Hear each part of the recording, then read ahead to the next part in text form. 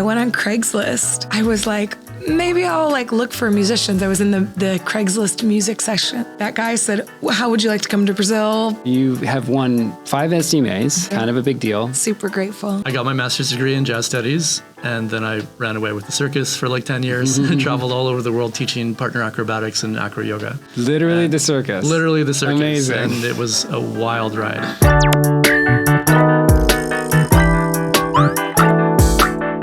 Welcome back to Songwriters Showcase. I'm your host, TJ Moss, and with me today we have Whitney Shay. Hello. And Aaron Lynn. Hi. How are you doing? Doing great.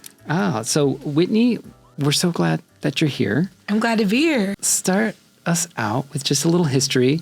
Where are you from, and how did this music thing find its way into your world? Well, I'm probably one of very few San Diego natives. Actually, second generation San Diego native. My mom's from San Diego as well. Whoa. I know. Very rare. I grew up in East County. I was born in La Mesa. I started doing theater at 3 years old. So I started out doing musical theater and then eventually went to college for theater in about 2009, 2010. I had moved to Denver with an ex. We broke up. I came back. This was actually fall of 2008. And then right around 2009, I went on Craigslist. I was like, maybe I'll look for musicians. I was in the Craigslist music section. I found a pianist who was looking to do kind of a jazz duo with a singer, a female singer, chanteuse. And right around the same time, I started swing dancing. So I kind of put those two things together, and some of my first gigs were playing for swing dances. Shortly after I started, we found another Craigslist gem. There was a speakeasy opening downtown, and so we auditioned, and they booked us 3 nights a week, Thursday, Friday, Saturday, as a duo for 4 hours a night. And that was my first regular gig.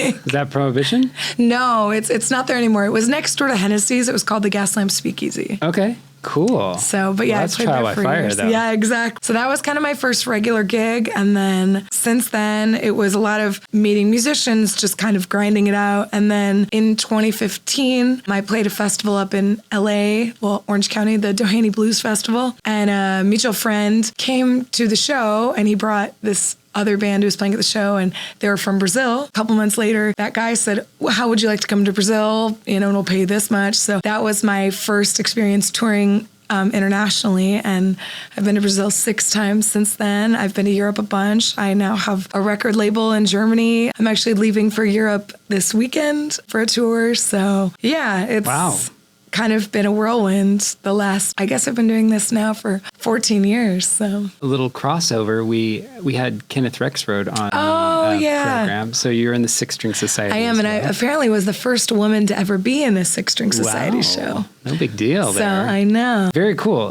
So I can see that theater.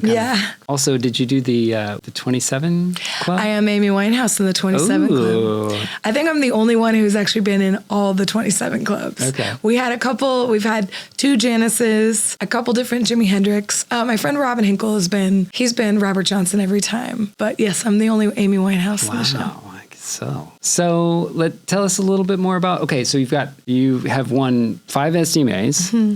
Congratulations. Thank you. Kind of a big deal. Super grateful. You're nominated this year, Best Blues Artist. Yeah.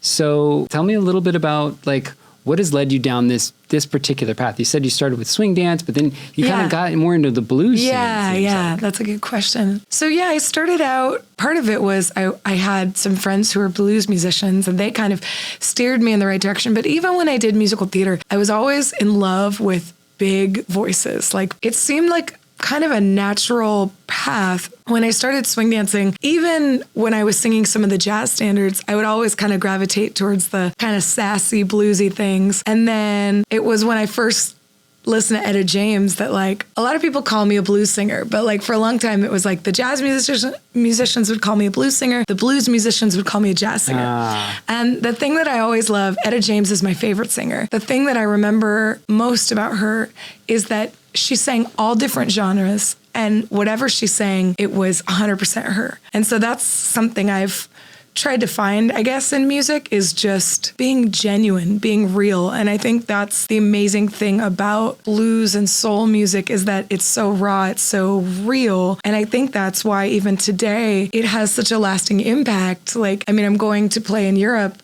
I remember the first time when I was in Brazil, I played this festival and there was musicians from Argentina, Chile, Brazil, all over South America. And I was there. I went to a jam session afterwards and they were all singing in English. A lot of them couldn't speak English, but they were all singing American music in English. Wow. And I thought it was so interesting that like this music is so universal. It's a truly American art form. The thing that I think reaches across language barriers and gender barriers and everything is that it's cathartic music. It's about like purging of sad experiences. Everyone can understand that. Even if you can't understand the lyrics, you understand how it makes you feel.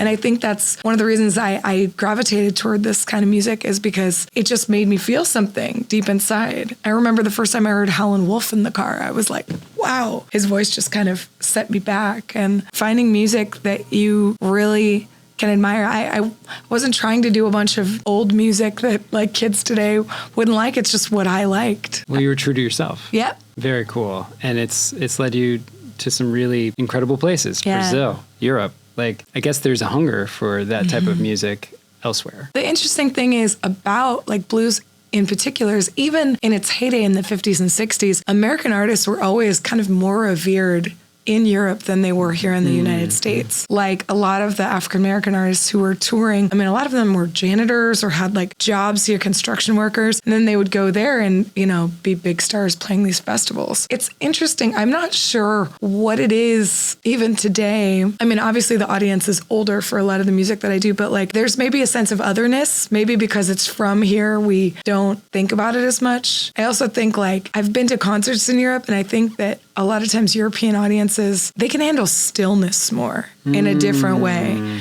You know, I've seen like jazz shows and it's like they can handle quiet moments where I feel like here in the United States, we're so just on sensory overload all the time that like we don't allow ourselves to ever like have stillness. I mean, I don't really like stillness to be honest, but I don't know, maybe that's why jazz and blues is always gone over there because, you know, maybe they receive it in a different way. Such an interesting observation. Have you ever been at a concert where like there's that quiet moment, you know, and the artist is really like, we're going to take this moment. And then somebody's like, I love you.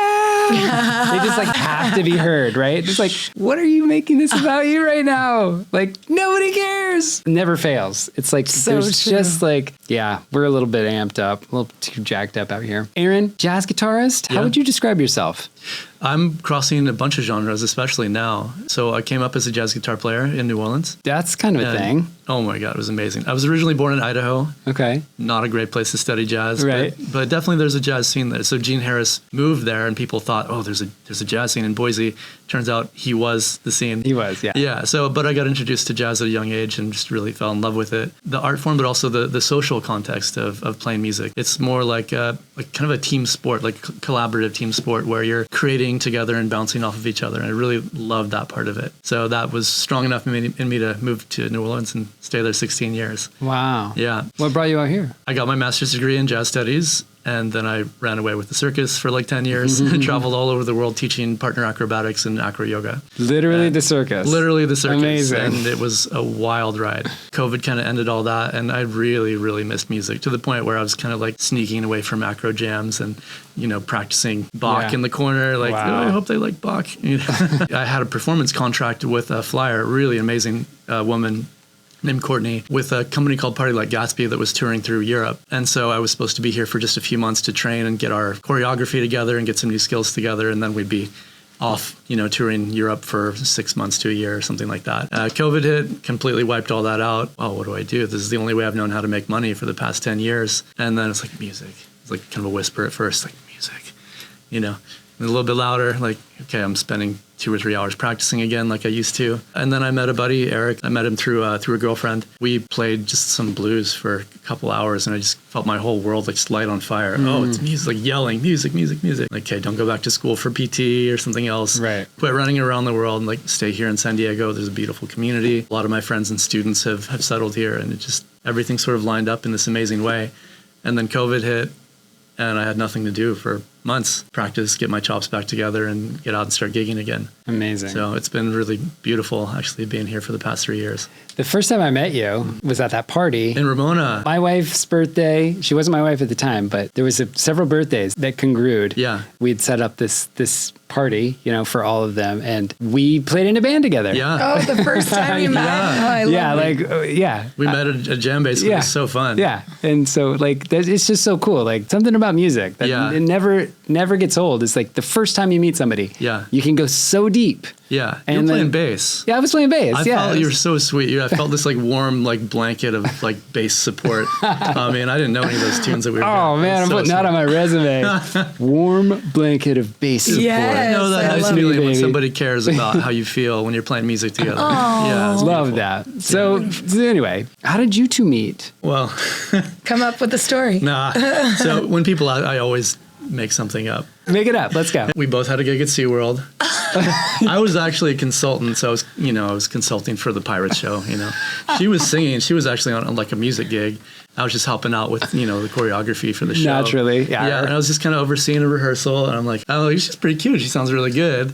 We made eye contact for a moment, and I just made sure okay, that's Whitney Shay. I'm gonna go talk to her afterwards, and we talked and we vibed a little bit, and here we are. and here we are. If you want the real story, I'll take the real story. we met online. Okay. Actually. But the funny thing is we knew a bunch of people in common. Yeah. So he knew at Kornhauser, who I play with a lot. He had met him in a jam. Joe Amato, who's a guitarist I work with a lot. So he knew both of them, and we just started chatting, and And music was the thread. Naturally. Yeah, our first date was a jam session. It was, Beautiful. yeah. Our first date, I felt so bad. He was so nervous. We had to play at a jam, and it was a song he didn't know, and he did a great job. Awesome. But I could tell he was nervous. I went and shouted that tune afterwards. And then our second date was doing acro, so. Okay. So it's all come together. Yeah. Okay. So, and you play gigs? We do, occasionally yeah. now? Yeah, I subbed for Ed 2-3 weeks ago at Panama Yeah. 66. That was a really fun gig. That's fun. Usually we're doing duet stuff, kind of jobbing gigs. Okay. Well, what's coming up? You said you're on your way to Europe? Yeah, Sunday I leave just for a week though. Okay. So kind of a whirlwind trip. I leave Sunday, get in Monday, our first gig's Tuesday, and then Tuesday, Wednesday, Thursday, Friday, Saturday, come back Sunday. And you have a band out there? I do. I'm bringing Laura Chavez, who's a wonderful guitarist, Blues Music Award winning Big guitarist. deal Yes. around these parts. So yeah, she's coming out with me, and then I have a band that I've played in Europe with a few times. So one of the pianist is actually a wonderful singer and songwriter in her own right. She's on the record label with me in Germany. She lives in France. The bass player, Tomek, is in Germany. And then the drummer that we're using on the tour, Amanda, is in the UK. Are you getting around to festivals or? Yeah, I think we are playing. So a lot of times they'll call things like festivals, but it's like a club gig, but it's like more a series. Okay. Like it'll be like an overall, yeah. so like a concert series, but they'll call it a festival. Okay. So I think we're doing a few of those. But yeah, I've played festivals and club dates, and they're all great. So I know I heard last week that one of the shows has 700 tickets sold already. Let's so go. That'll be great. Awesome. Well, and people that are just excited to hear music and just It's always like nice I to said, it's a different vibe. I mean, don't get me wrong. I love San Diego. I'm so grateful to live here, to have grown up here. I think the music community that we have here is incredible. It's fun to go out of town and, Totally do something different once in a while. It's fun to remember what we do have here. Yeah. You got to go away to Exactly. be reminded. Well, Whitney Shay, I'm really excited to hear we're going to have you two play some songs here in just a moment. But first, I'd like you to tell people a little bit more about where they can find you and where to go and what's coming up. Sure. So you can always go to whitneyshay.com. That's the easiest one. I think everything else, YouTube and Instagram and Facebook, are all under Whitney Shay Sings. But yeah, coming up, I know we've got the Gator by the Bay Festival in May, which is always a really fun weekend of New Orleans-inspired jazz and blues music, so that'll be really fun. I'm going to Europe this weekend. Any 6-string shows? Yeah, there's one that's coming up. It's hard to keep track of everything. I know. But We'll keep Ken Rex Road, anytime you can go to a 6-string society event, do it. I am so grateful that we have Ken Rex Road in this community in San Diego, because he has created a scene. I've never met a producer who pounds the pavement like he does. I've never met somebody who is as positive and just, on your side as he is. And like, he's a gem. Yeah. And he really cares about artists. He does. Musicians and this community. Yeah, he does. He's like really, his mission has been to put San Diego on the map. Like, and I think he's really done it. Like, I'm just constantly impressed with the things he's doing. And I'm always grateful to be a part of one of his shows. So. Excellent. Well, Whitney, Shay, Aaron Land, we will have some songs coming up right after this. You ready? Yeah.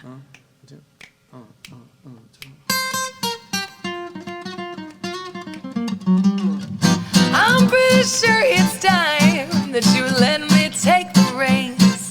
'Cause though you like to be in charge, this beauty comes with brains. Don't think that I can wear the pants when I rock an evening dress.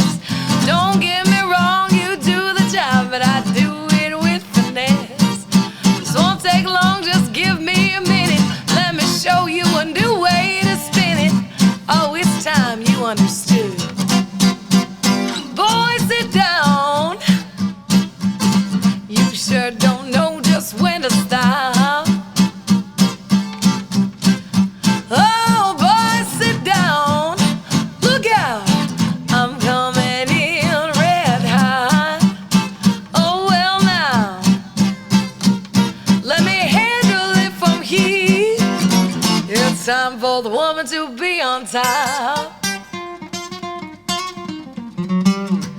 You say that you're a modern man and you follow as well with these. So prove that you mean what you say and yield the floor to me. Come on, step on up, back me up now. I ain't gonna settle down just because we disagree. It's not your fault you had bad training. Time to rid yourself of that mansplaining. Oh, come on now. Boy, sit down.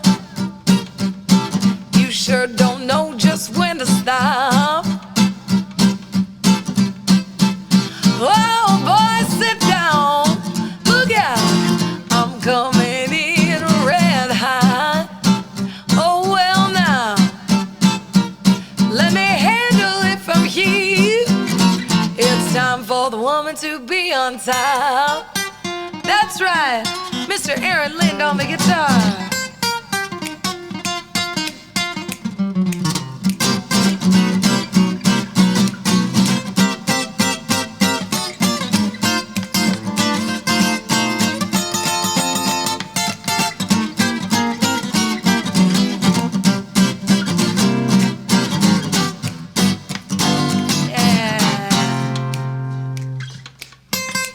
Yay, round of applause.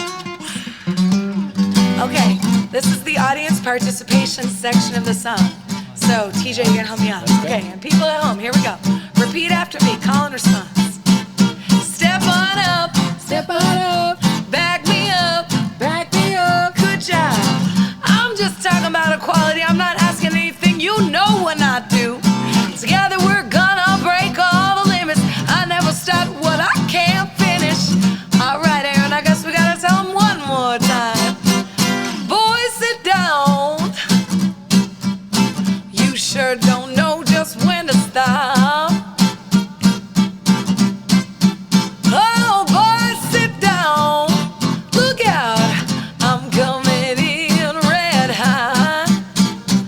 Oh, well, now, let me handle it from here. It's time for the woman to be on top. Oh, well, now, let me handle it from here. It's time for the woman to be on top. That's right. Ow. Yeah. Love it. You got that. So it's like that 12-bar blues, but it's like with a little bit of Something extra. something jumpy. Yeah, something yeah, swing. yeah. That's good. Whitney, Shay, Aaron Lind, it has been an absolute pleasure having you on Songwriters Showcase. Thank you again for joining us, and we'll see you next time.